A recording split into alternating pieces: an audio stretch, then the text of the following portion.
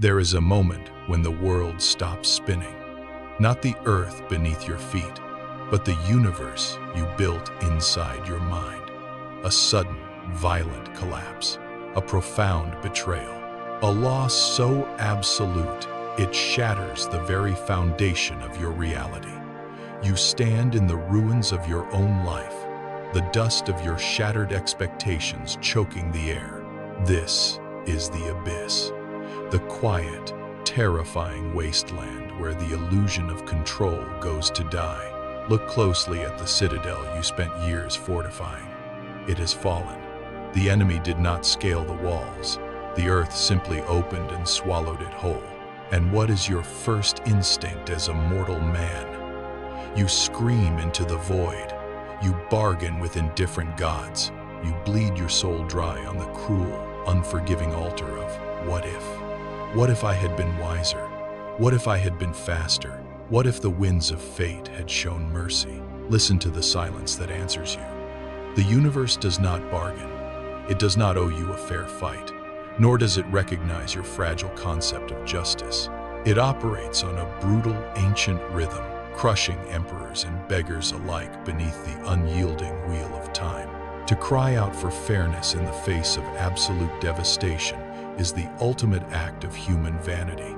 It is your ego, bruised and bleeding, refusing to accept its own powerlessness against the storm.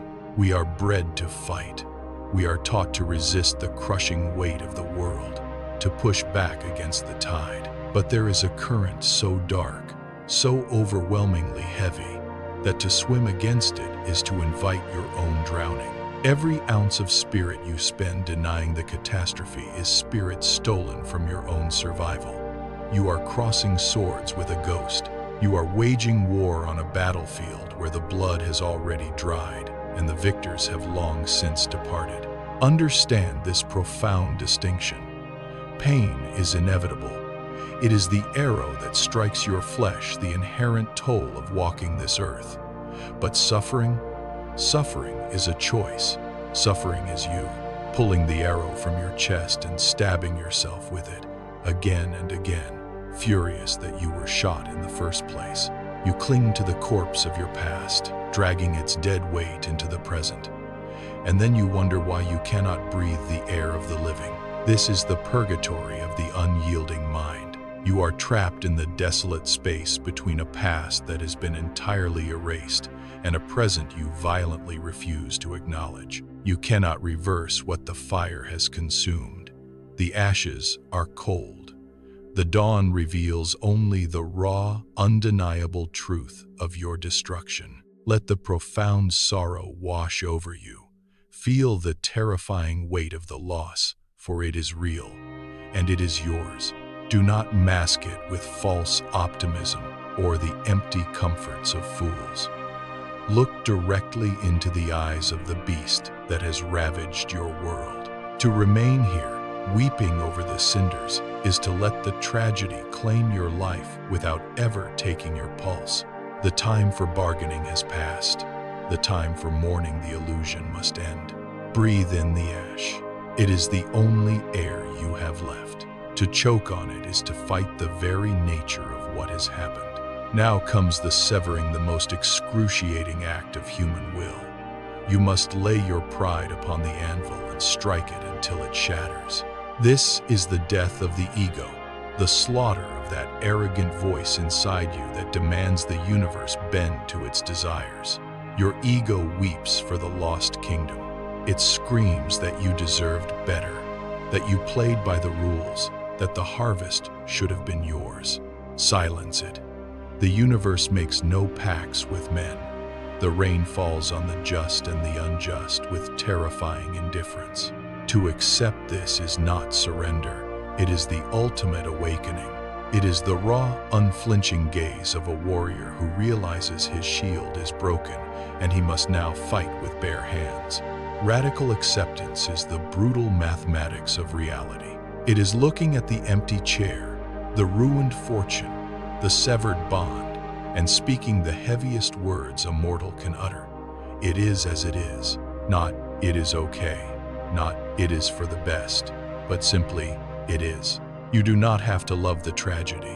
You do not have to forgive the hand that struck you. You only have to stop pretending the blow never landed. Drop the exhausting armor of denial. Feel the profound, crushing relief of stepping out of the fantasy. When you stop fighting the past, a great and terrible silence descends. It is not the silence of peace. It is the silence of the void. It is the eerie stillness of a battlefield after the final clash of steel. You are standing amidst the carnage, but for the first time, your vision is entirely clear. You are no longer a victim chained to a ghost. You are a survivor standing on the bedrock of absolute truth. It is cold down here in the dark. The wind bites at your exposed soul. But this rock, this unforgiving reality you now stand upon, is the only foundation that will not crumble. Illusions cannot bear weight. Only truth can bear the weight of a man rebuilding his empire from the dirt. Let the tears fall, let the rage burn, but do not let them lie to you. The chapter is closed.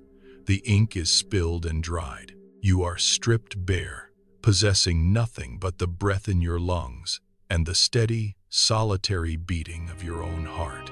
And in this terrifying emptiness, where hope seems to have starved, you will find the most dangerous weapon known to mankind: pure, unadulterated clarity. Out of this devastating clarity, the alchemy begins. You are no longer chained to the ghost of what was, nor paralyzed by the terror of what is. You hold the broken pieces of your life in bleeding hands, not to mourn their shattered shape, but to feel their sharp edges. This is your raw material. The furnace of your suffering is burning at its highest heat, waiting for you to strike. To accept the absolute worst is not to lay down and die. It is to rise with the terrifying freedom of a man who has nothing left to lose. The tragedy has burned away the superficial, the trivial, the weak. What remains is only bone and iron. You use the gravity of your downfall as the very leverage to propel yourself upward. The sorrow that threatened to drown you becomes the dark, heavy fuel for your forge. Do not ask the heavens for a lighter burden. Ask instead for broader shoulders and a spine forged of unbreakable steel. Every step you take from this abyss is a rebellion against the darkness that sought to consume you. You do not move forward with the naive hope that the path will be gentle, or that the universe will suddenly show mercy. You march because the fire of your own will demands it. You act because action is the only true antidote to despair. Let the scars be your armor. Let the memory of the collapse be the map that guides you away from future ruin. You build not a replica of the fallen citadel, but a fortress of unimaginable strength, grounded in the brutal, unyielding truth of the world. This is the ultimate defiance. To look the catastrophe in its hollow eyes, to absorb its absolute devastation, and to calmly, methodically, begin placing one stone upon another. The world will watch, expecting you to shatter into dust. Let them watch you forge a masterpiece from the ruins. The storm has passed. You are the storm now.